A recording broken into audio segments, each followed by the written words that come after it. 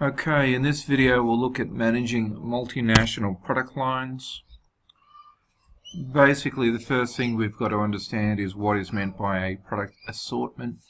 Typically there are four dimensions: the width, which is the range of different product categories. I've just got a simple example here for an Indian company based in the UK.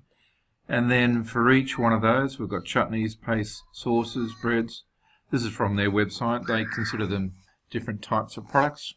And then for each one, what's the length? So for, as you can see, the arrows, that's the number of sauces. They obviously do more, but they're the sauces that they offer. And we could also look at depth, which is a variety of each one, different sizes, and consistency. So we have a very consistent looking product assortment offered by this particular brand. We look at PepsiCo, for example. This is from their website, complementary but diverse. So they have things in the snack, juice, beverage and cereal type things. So they're a little bit broader, but still you can see there's related sets. So basically firms will go from having a fairly narrow range of products to a very broad range. So some examples there: the Indians, obviously quite narrow. Coca-Cola tends to concentrate on beverages only. Pepsi tends to be a bit broader with snacks and cereals. And then you've got a whole bunch of companies that may have quite a mix of different product lines. So Procter & Gamble have quite a significant broad thing. We'll have a look at them in a minute. And obviously Virgin, with Richard Branson throughout the world, have a very diverse investment portfolio. Okay, we've got four options. Our starting point is on here, where we've our home country. We've got a product assortment that we know works. It works in the home country, and we're looking to enter a new market. So we've got four possibilities. Extension is where we take everything we do already and just land it in the new market, which is there. Then we go, okay, how about we take the best, or the ones most relevant? Okay, so we may have possibly, say, 50 products that we sell, so we might pick the 10 or 20 that are most relevant to that marketplace. So we're trying to align our products, so it's almost like a best of type offering. Then mixed is where we do a bit of both. We take the subset and we add some new products that are explicitly designed for that particular country market. And then finally down the bottom is when we would just start from scratch. Okay, so that's a common marketing approach, where we look at a new market and we start from understanding their needs. Obviously that's a more costly approach. So we would prefer generally to do either some sort of mixed approach or some sort of variation of extension.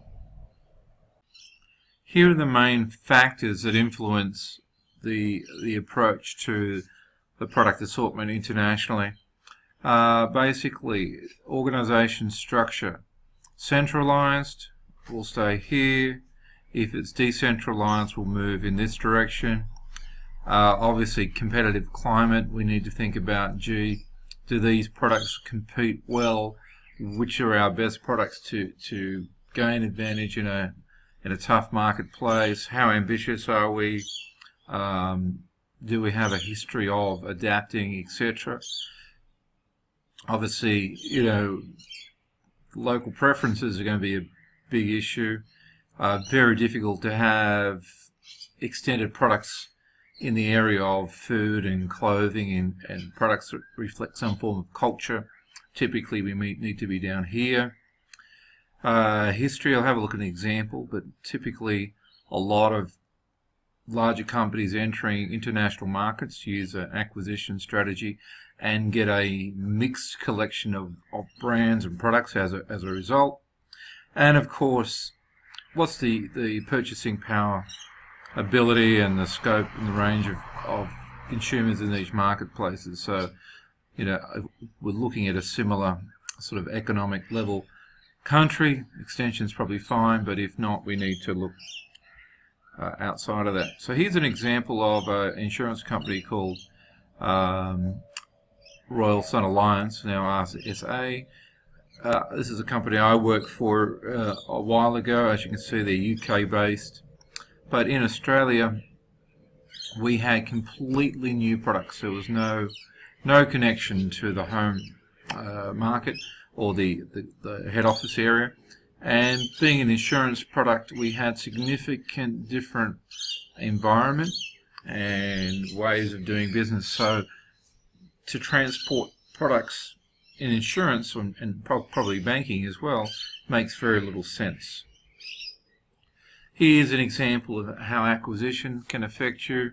This is an American-based company, and now they're a big-time player in Australia. They entered in the mid-90s, and here's a whole bunch of brands that you would probably know. They have a collection of brands, basically, that were available for sale. They're all sort of food products and frozen products that you find in the major retailers.